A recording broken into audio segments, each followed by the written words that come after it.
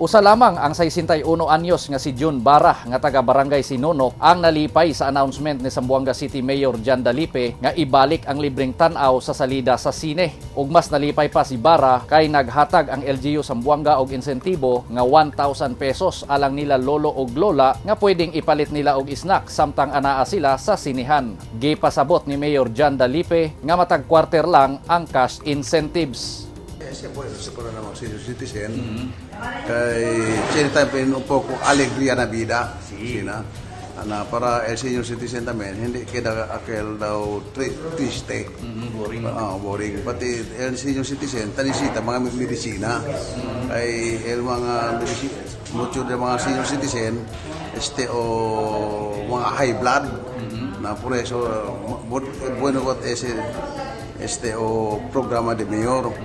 Visita ese programa ay pwede bangkuan ng mga toros senior.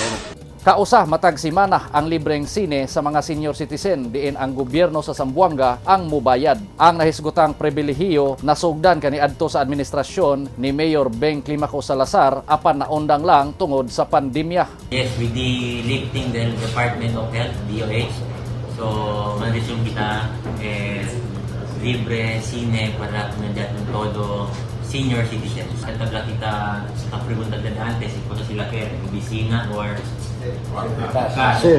So starting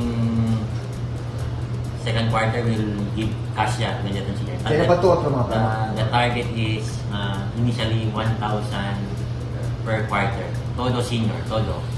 Naasay ingon niini nga pribilehiyo sa ubang lugar alang sa mga senior citizen hilabi na sa Davao City aron makahatag og kalipay sa mga idaran.